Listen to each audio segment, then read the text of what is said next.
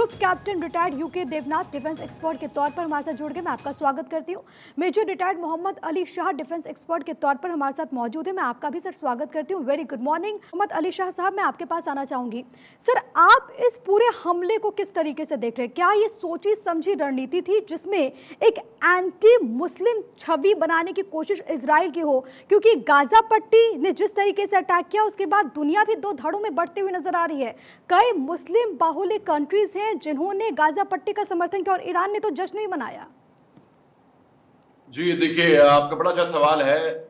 ये इजराइल और फिलिस्तीन का कॉन्फ्लिक्ट ये बहुत पुराना कॉन्फ्लिक्ट है। ये 100 साल से ऊपर है। ये लेट 19th सेंचुरी में भी कॉन्फ्लिक्ट हुआ था इनका, मिड 20th सेंचुरी में। उसके बाद 1947 और फिर 1949 तक बहुत घमासान युद्ध चला, क्योंकि यूएन ने एक चार्टर, एक डिक्लेरेशन निकाला था, वो अमल नहीं हुआ। मगर और आप देखिए 1897 में फर्स्ट ज़ियोनिस्ट कांग्रेस की बात हुई थी। उसके बाद बेल्फोर डिक्लेरेशन 1917 में हुआ था, मगर इनका हल अब तक कुछ निकल नहीं पाया है। और इसके अलावा और गाजा और वेस्ट बैंक और गाजा में 1967 में 6 दिन का एक वॉर हुआ था, जो कि फॉर पैलेस्टीन टेरिटरीज। अब आप देखिए, ये इसका हल कई मुल्कों ने निकालने की कोशिश करी है। कई मुल्कों ने कई बार इनको साथ में बिठा के बात करने की कोशिश करी है, लेकिन हल कोई निकल नहीं पाया है अब तक। कल जो हुआ उस पे आते हैं, जो आपने पूछा। जी हाँ, किसी को इसके बारे में इल्म नहीं था, खबर नहीं थी कि ऐसा होने वाला है। इसको मैं बहुत बड़ा CIA का फेलियर मानूंगा, मोसाद का फेलियर मानूंगा, इंटेलिजेंस फेलियर था ये। कैसे 5000 रॉकेट आप जमा करके रख देते हैं और आप फायर कर देते हैं और किसी को खबर नहीं होती कि कैसे इतना बड़ा घमासान नुकसान हुआ। आप हमस जो है, जो एक बैंड टेररिस्ट ऑर्गेनाइजेशन है, यूएस ने इसको बैंड भी कर रखा है। उनके 27,000 से ज्यादा लोग, युवा पीढ़ी इनके अंदर भर्ती हैं। और ये इन लोगों ने जिस तरीके की फोटो, इमेज, वीडियो निकाले, भाई दिल दहला देने वाली तस्वीरें थी सोशल मीडिया पे। मैं अर्ज करूंगा कि लोग ना देखें इसको, अगर फॉरवर्ड भी आते हैं, क्योंकि दिल खराब होता है बस देख के। बिल्कुल। और इतनी खराब ह्यूमन राइट्स वायलेशन की फोटो है। तो देखिए, फौजी जो होता है, फौजी जब हमने भी जंग लड़े हैं हिंदुस्तान ने 1962 में, 1965 में, 1971 में, 1999 में अनकन्वेंशनल युद्ध। हमने चीन के साथ भी युद्ध लड़ा है, हमने पाकिस्तान के साथ भी युद्ध लड़ा है। हमने बल्कि 71 में, जब मेरे फादर ने भी युद्ध लड़ा था, वो उसमें 93,000 प्रिजनर्स ऑफ वॉर तो पाकिस्तान से लिए थे। हमने कभी ऐसा सलूक नहीं किया अपने दुश्मन के साथ भी। हमेशा पानी पूछा है, खाना पूछा है, इज्जत दी है। फौजी कभी ऐसे नहीं करता है। ये कौन करता है? ये आतंकवादी, टेररिस्ट, उग्रवादी, ये जो दहशतगर्दी, जिनका मकसद है दहशत फैलाना, वो करते हैं। जो इस तरीके की इमेजेस मैंने देखी हैं, जबरदस्त दिल दिला देने वाली हैं। अब किसी को खबर नहीं थी, ये सरप्राइज अटैक किया हमस ने। जी हाँ, इजराइल की तरफ से भी बयान आया कि वो हमस को रबल में, मतलब बिल्कुल मिट्टी में मिला देंगे। आप देखिए, कुछ भी हो, मैं बोलूंगा अल अक्सा मस्जिद कल अल अक्सा स्टॉर्म जो हमस ने लॉन्च किया था, वापस इजराइल ने काउंटर अटैक लॉन्च किया है। देखिए, मेरा ऐसा मानना है निजी तौर पे कि कोई भी प्लेस ऑफ वर्शिप हो, चाहे मस्जिद हो, चाहे मंदिर हो, चाहे गुरुद्वारा हो, चर्च हो, सिनागोग हो, उसकी इज्जत करनी चाहिए। कहीं पे भी रिलीजियस प्लेस कोई भी किसी की भी हो, उसके वहां पे जैसे इजराइल फोर्सेस भी घुसे अल अक्सा मॉस्क में, वो अलग बात रही कि उस टाइम पे रेजिस्ट करना चाहिए था, मगर रेजिस्ट कर नहीं पाए, इनके पास ताकत नहीं थी। ठीक है, अलग जो भी हमस जब सपोर्ट में आती है पैलेस्टीन के, तो जाहिर सी बात है पूरी दुनिया का सपोर्ट पैलेस्टीन से वहीं से विड्रॉ हो जाता है। लेकिन शाह साहब, बहुत सारे मत इस कॉन्फ्लिक्ट को लेकर के ये भी हैं कि दरअसल जिस तरीके से पूरा ये, हम अगर फिलिस्तीन, और आपने बहुत अच्छे तरीके से समझाया कि किस तरीके का ये पूरा विवाद रहा है फिलिस्तीन और इजराइल के बीच में। 1948 में, अगर मैं गलत नहीं हूं, तब इजराइल का गठन हुआ था। उसके बाद से जितने बार भी हमले हुए, हमने देखा कि फिलिस्तीन काफी ज्यादा सिमटता हुआ नजर आया। अब कहा जा रहा है कि भाई ये तो अस्तित्व की लड़ाई, और इसी वजह से हमास के जो लड़ाके हैं उन्होंने अपने हाथों में हथियार उठा लिया। बिल्कुल, देखिए आपने बिल्कुल सही कहा। क्योंकि देखिए, अगर हम देखिए, जो थोड़ा, जब मैं आपको इतिहास बताया, माजी में ले गया, तो एक प्रोग्रेस बनी थी कहां पे, जब एक 2 स्टेट सोल्यूशन, ऑस्लो अकॉर्ड उसको कहते हैं, वो 1993 से 1995 के बीच में वो ऑस्लो अकॉर्ड हुआ थे। तब प्रोग्रेस दिखी कि भाई हाँ, हो सकता है कोई शांति आए। लेकिन पैलेस्टीन राइट ऑफ रिटर्न भी आया, उसके फिर कई सारी चीजें, देखिए Palestine right of freedom movement भी चला, फिर city of Jerusalem, Israeli settlements, कई सारे मुद्दे उठे बीच में। फिर इंडिपेंडेंट पैलेस्टीन स्टेट भी बना, जैसे आपने बताया अभी। तो अब बात ऐसी है कि इनके बीच में, क्योंकि कई मुल्कों ने इनकी दोस्ती करने की कोशिश करी लेकिन नहीं हुई हो पाई।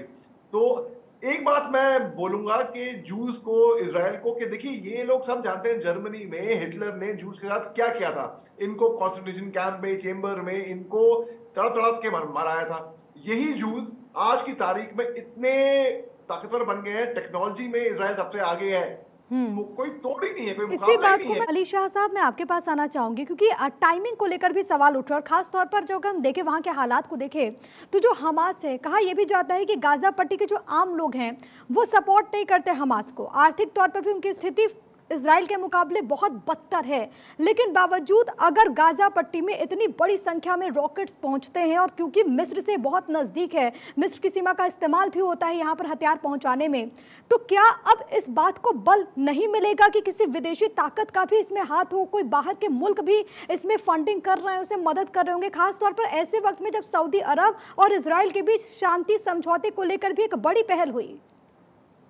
जी, आपने दोबारा बड़ा अच्छा सवाल किया है। देखिए, इससे पहले आपने पूछा था कि ईरान जश्न मना रहा है, तो उस टाइम पे तो जी हाँ, ये भी बिल्कुल एक एंगल, इसकी ये इन्वेस्टिगेशन का इशू है ये, और आगे जाके मालूम पड़ेगा कि क्या ईरान, क्योंकि जश्न मना रहा है, ईरान ने सहयोग दिया, मॉरल सपोर्ट दिया, तो ईरान इसके पीछे है, क्या ईरान इनको सपोर्ट करेगा, वो तो आगे जाके मालूम पड़ेगा। दूसरी बात है कि आपने बताया कि इजराइल और सऊदी अरेबिया के पीस टॉक्स चल रहे थे, बिल्कुल के बड़े अच्छे दोस्ती के, अच्छे कॉर्डियल हो रहे थे, बिल्कुल बिल्कुल सही कहा आपने।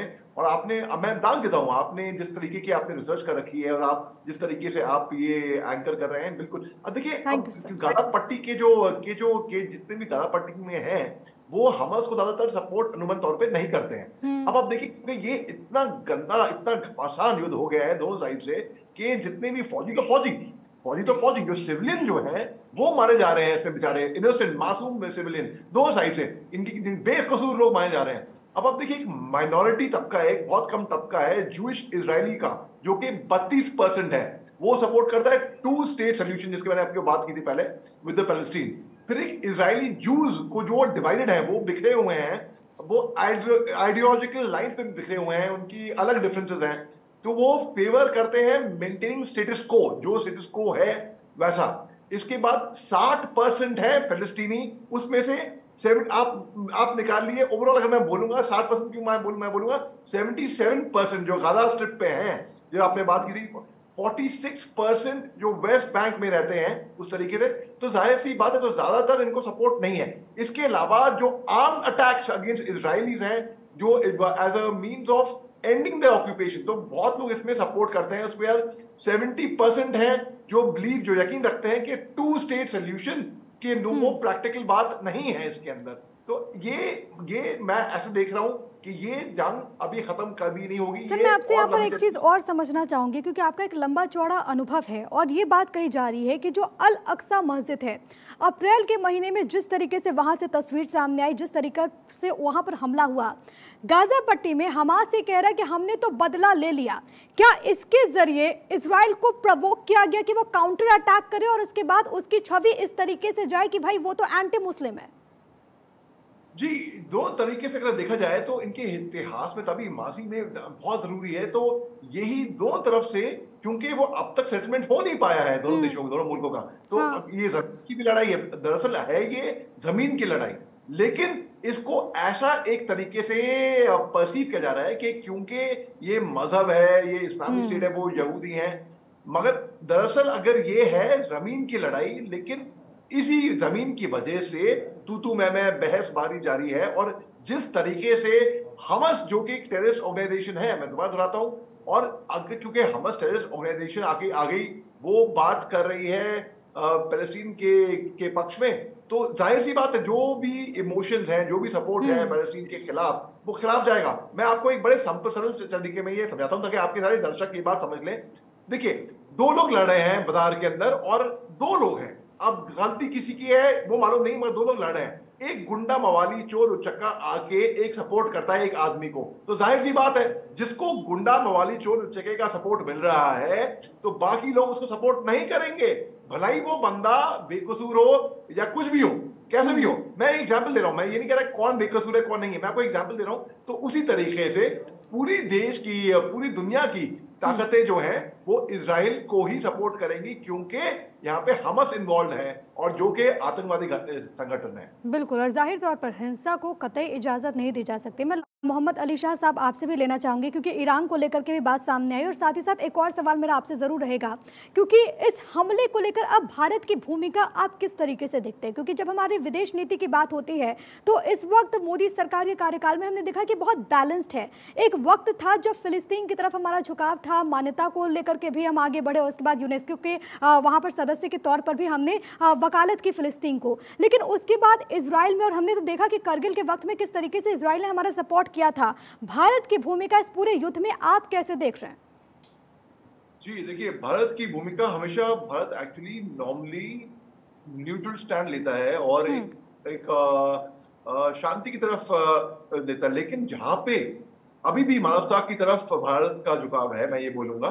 लेकिन जब ह्यूमन राइट्स वायलेशन ऐसे होते हैं, एक टेररिस्ट घटना जब आके इन्वॉल्व होती है, और जिस तरीके से उन्होंने वीडियो जारी करे, अपने मारा इजराइल। देखिए, फौजी जो होता है वो बिल्कुल पर्सनल दुश्मन नहीं है, वो किसी का भी फौजी करता है क्योंकि इसलिए नहीं क्योंकि उसको नफरत है आगे सामने क्या हो रहा है, उसको इसलिए लड़ता है, उसको मोहब्बत है पीछे क्या हो रहा है, ये पीछे कौन है उनके। और जिस तरीके से हमास ने ये वीडियो और ये इमेजेस जारी करे हैं, ये अच्छी बात नहीं है बिल्कुल। और मोहम्मद अली शाह साहब, मैं आपके पास आना चाहूंगी, आपकी बात बीच में अधूरी रह गई थी, आप अपनी बात को कंप्लीट करें। और सर, एक रिएक्शन में इस पर भी चाहूंगी कि इस वक्त अंतर्राष्ट्रीय स्तर पर हालात ऐसे बन गए हैं जहां पर एक हिस्सा तो युद्ध का पक्षधर है, दूसरा हिस्सा इस युद्ध की मुखालफत कर रहा है। मुख्य तौर पर अगर अमेरिका की बात करें, अगर हम बात करें भारत की, तो भारत का स्टैंड बहुत क्लियर है कि देखिए, हम इसको कभी भी इजाज़त नहीं देंगे। अगर कहीं पर भी ऐसा हो रहा है तो उसकी अनुमति कभी भी नहीं दी जा सकती। लेकिन कई सारे ऐसे देश हैं, जैसे मुख्यतः पाकिस्तान का भी जिक्र होना चाहिए, जो कि इस हिंसा का समर्थन कर रहा है। बिल्कुल, आपने बिल्कुल सही बात करी है। देखिए, पाकिस्तान तो हमेशा हिंसा के का समर्थन करेगा, और वो आईटी में माहिर है, क्योंकि और आईटी यानी कि इंफॉर्मेशन टेक्नोलॉजी नहीं, इंटरनेशनल टेररिज्म। तो पाकिस्तान तो ऐसी चीजों को बढ़ावा देता है, इसीलिए उनका हाल जो है आज इतने फटेले हाल में है। भारत जो है वो हमेशा शांति के पक्ष में रहा है, मानवता को बढ़ावा दिया है।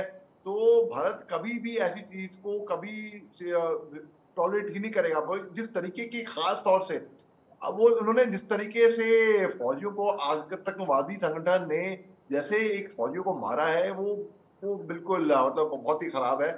ये चाहे कुछ भी हो, चाहे वजह कुछ भी हो, कैसे भी हो, कुछ भी, ये अनएक्सेप्टेबल है टोटली। अब देखिए, दो पार्टी हैं जो इंगेज करती हैं डायरेक्ट नेगोशिएशन में, जो आई थी, वो थी पहले की मैं बात कर रहा हूँ, वो की इजरायली गवर्नमेंट थी, और PLO, people's liberation Palestine liberation organisation, ये दो संगठन बातें करी थी। उसके बाद क्वार्टेट ऑन मिडिल ईस्ट, जो कि यूनाइटेड नेशंस का हिस्सा, एक तरीके से यूनाइटेड स्टेट्स, रूस से भी वहां से बात हुई, कई लोगों ने बात की, और इसको लेकर भी अलग अलग जो देश है वो अपने स्टैंड को रख रहा है। लेकिन अब सबसे बड़ी बात ये होगी कि आखिरकार ये जो युद्ध है, ये जो जंग है, वो कितने दिन तक चलती है। बहुत धन्यवाद सर आपका, थैंक यू सो मच हमारे साथ जुड़ने के लिए, और आपने इतनी महत्वपूर्ण जानकारी भारत 24 के दर्शकों तक पहुंचाई। जय हिंद सर।